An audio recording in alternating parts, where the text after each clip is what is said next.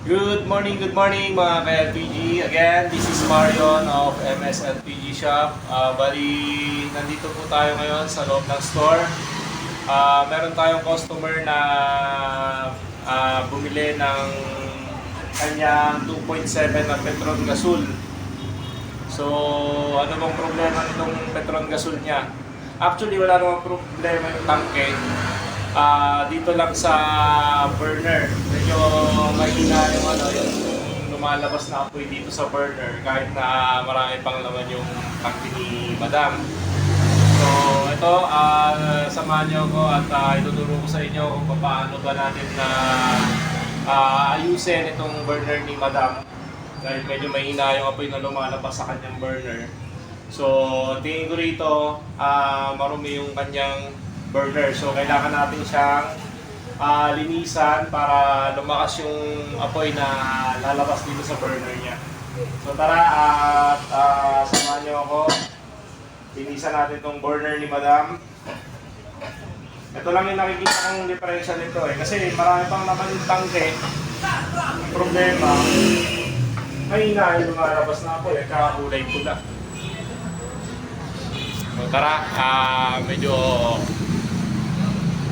hindi maganda yung pwesto ng ating camera. Lipat ko lang saglit para makita nyo kung paano ba ang tamang paglinis ng super kalan burner.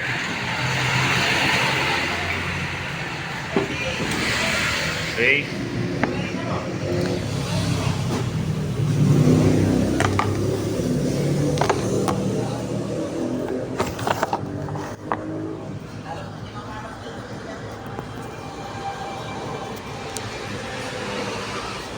Ano ba?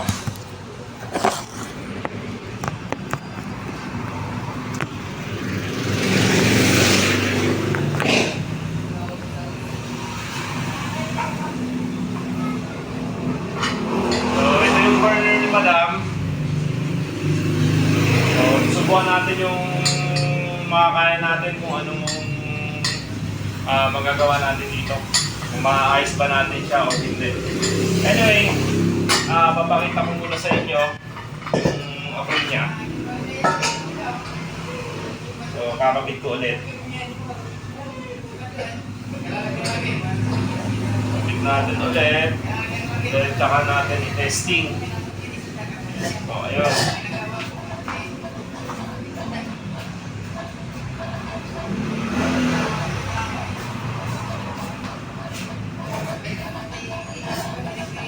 Yan natin.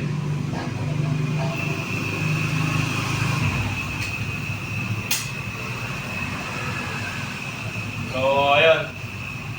Yung apoy niya is hindi normal. Bali, kahit i-adjust ko lang i-adjust yung sa control valve niya, same pa rin yung apoy na lumalabas, which is hindi siya normal. So kulay pula, ano? Kita nyo naman, kulay red yung apoy na lumalabas dito sa burner. So isa lang ang hinala ko dito, kailangan natin linisan yung burner para lumakas yung apoy niya. At the same time, mawala yung kulay red. So, okay. So, tara, linisan natin itong burner ni Nanay para magamit niya na. Actually, kahapon niya pa ito hinihintay. So, busy lang kahapon kaya hindi ko nagawa. So, tara, ayusin na natin. Huwag natin yung tools.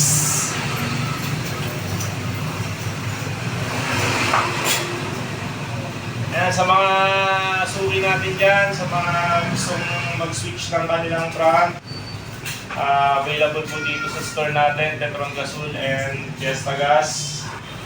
Ang location po namin is dito sa tapat lang ng CSI or Bistondo. So, kung gusto niyo ng branded na LPG, pwede po kayong pumunta dito sa store namin, physical store po namin. Tapat po ng CSI Office, MS LPG Shop. So, pwede po kayong magpasok ng inyong ginagamit na LPG. Mapa-generic man yan or branded, free swapping po kami as long as good po yung tangke. Okay? So, alam nyo naman, pag sinabing Petron Gasol, matik yan, branded yung LPG na yan. Para sa kaalaman ng lahat, Petron Gasol is number 1 LPG po dito sa Pilipinas. Kaya, rest assured po kayo na kapag ang LPG nyo ay Petron Gasol ay bukod sa matipid na po, at the same time quality pa po yung mga tangke. Okay, so yan, sana natin linisan yung tangke ni nanay para magamit na namin, deliver na natin at magamit na natin.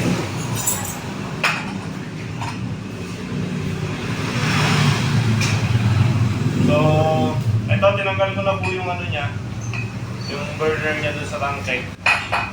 Meron po tayong tinatanggal dito na tawag po dito is nipple or yung nozzle. Ito po yung nagbabara kapag marumi na po masyado yung inyong burner.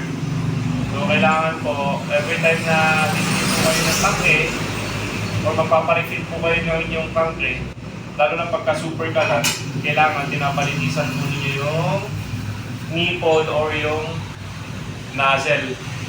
Pakita ko sa inyo pagka itanggal ko na ito.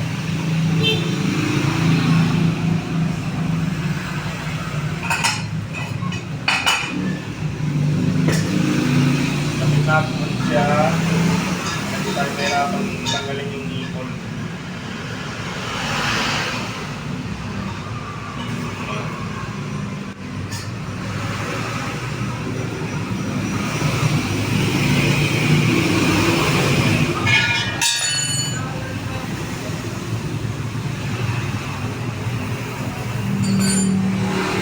Ito yung tinatawag na nipple, mga ka-LPG, mga suki, sa mga gumagamit po ng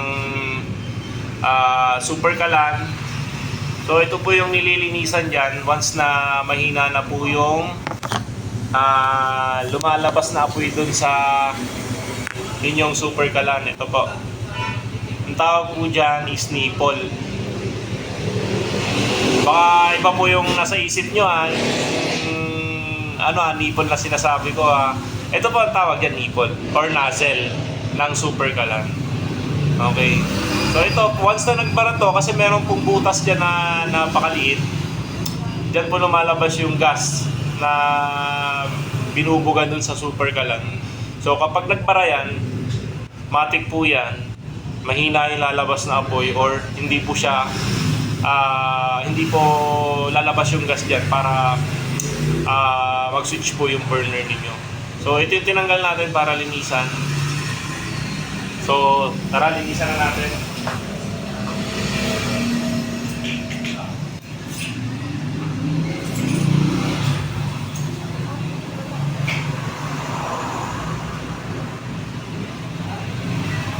Para talaga siya.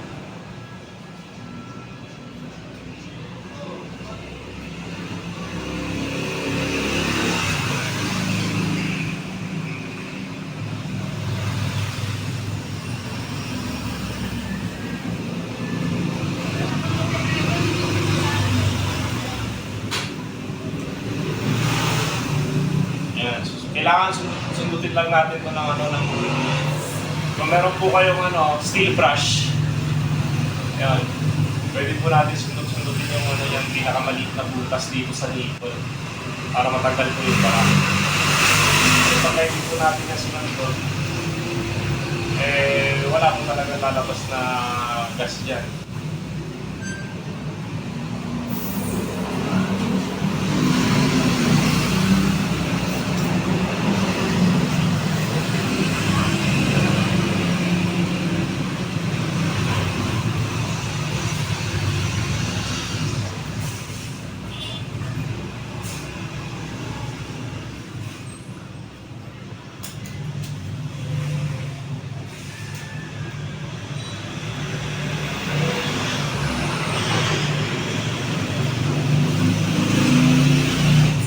Parang wala siyang butas.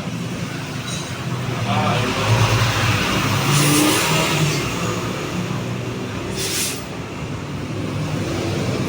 Suga natin ang WD-40 para ito sa kanya.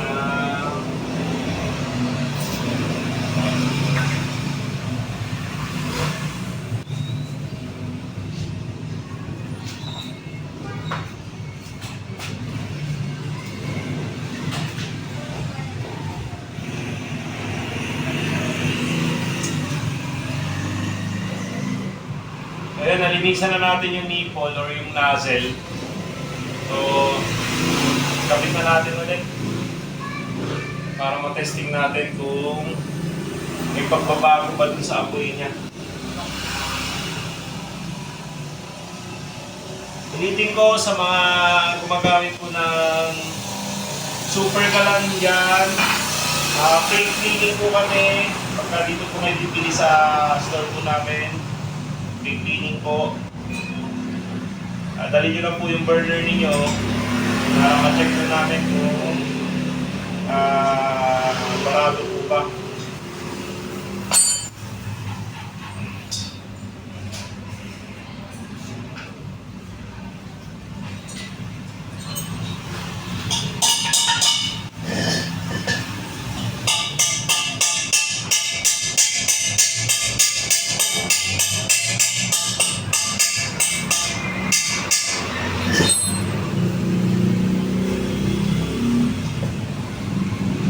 Pati yung asbestos na sira na rin. So, papel lang siya. Kailangan na natin palitan yung asbestos ni nanay ng kanyang super galan. Okay. So, ayan yung asbestos niya. Dapat to rubber to, hindi siya papel eh. Ewan ko ba bakit papel nakalagay dito samantalang bago pa naman yung burner ni nanay.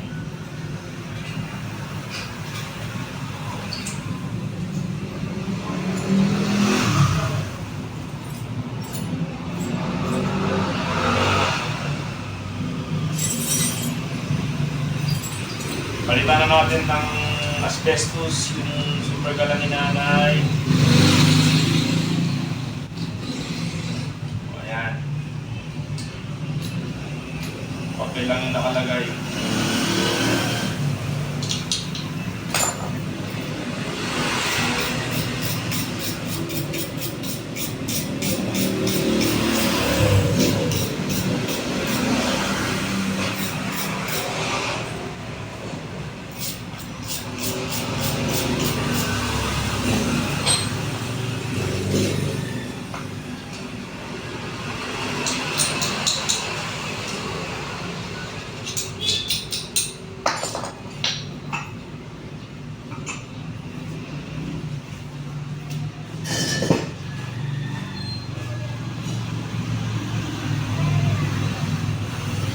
Testing natin.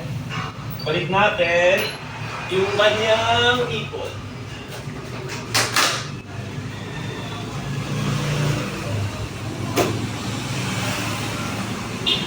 Ito po yung yung asbestos na tinatawag. So, importante to. Bali, dito to nilalagay sa kanyang control valve. Dito. Yan. So, yan. Kung wala yan, sisingaw po yung burner ni nanay kasi yan po yung pinaka niya takip niya doon, karugtong ng kanyang burner. So ayan, so kailangan meron po yan yung asbestos niya. So kakabit ko na para matesting na natin.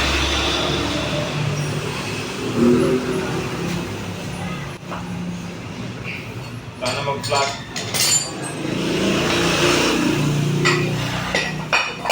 Diba?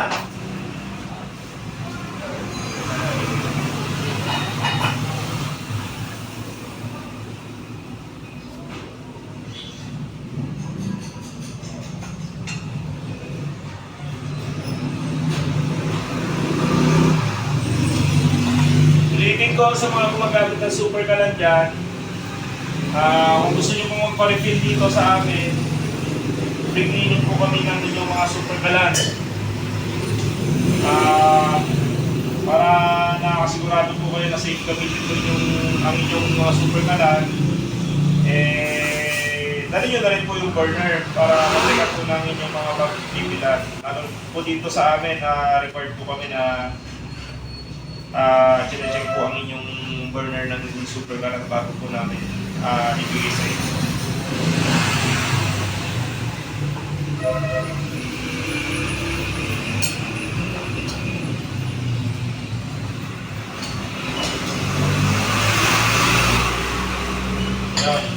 Testing ulit natin. May pagbabago ba sa kanyang apoy?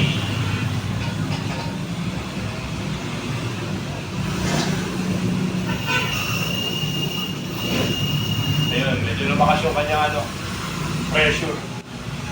Kasi kanina nung tinesting natin, hindi na ang pressure niya. Hindi natin ulit.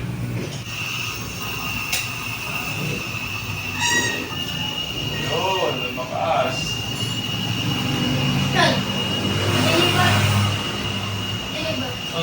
Papadeliver kaya? Saan? Kay Madam Josie? Ngayon na? Sige, dadalhin ko na doon. So yun, successful. May nagbago dun sa tangke ni nanay. Kanina, hinahinga nung apoy na lumalabas. Ayan, kasi naman. Diba? So, pwede na natin i-deliver ito kay nanay para magamit niya na. Kahapon niya pa hinihintay ito baka magaling pa sa atin. Sa pa-testing ulit natin. Wow! Ang galing eh! FSL Mini Shop! So, ayan, sa mga customer po dyan na gumagamit ng super kalan, dito na po kayo bumili sa amin kasi free cleaning po kami ng inyong mga burner para ma-check up po namin. Dalhin nyo po yung burner nyo dito. Wala po kayong babayaran, free cleaning po kami.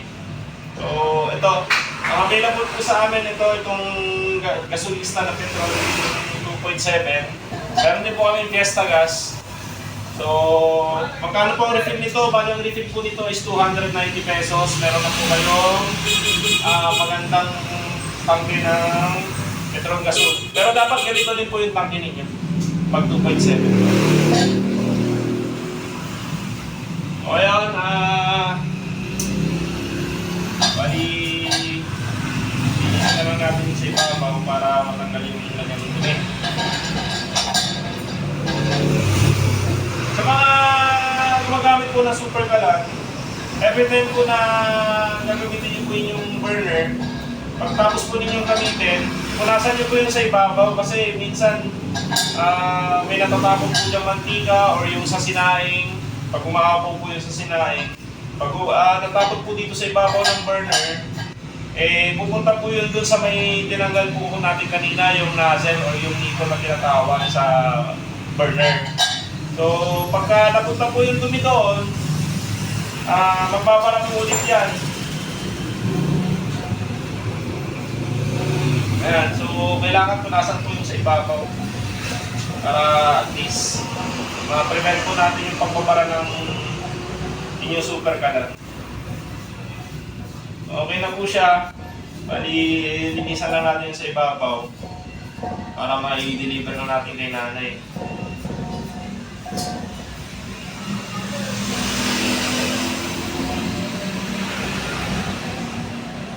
So, ayun mga ka-LPG, sa mga mahal po namin customer dyan, sana po meron po kayo natutunan. Especially sa mga ka-LPG po natin dyan na nagtitinda ng LPG. So, ayun.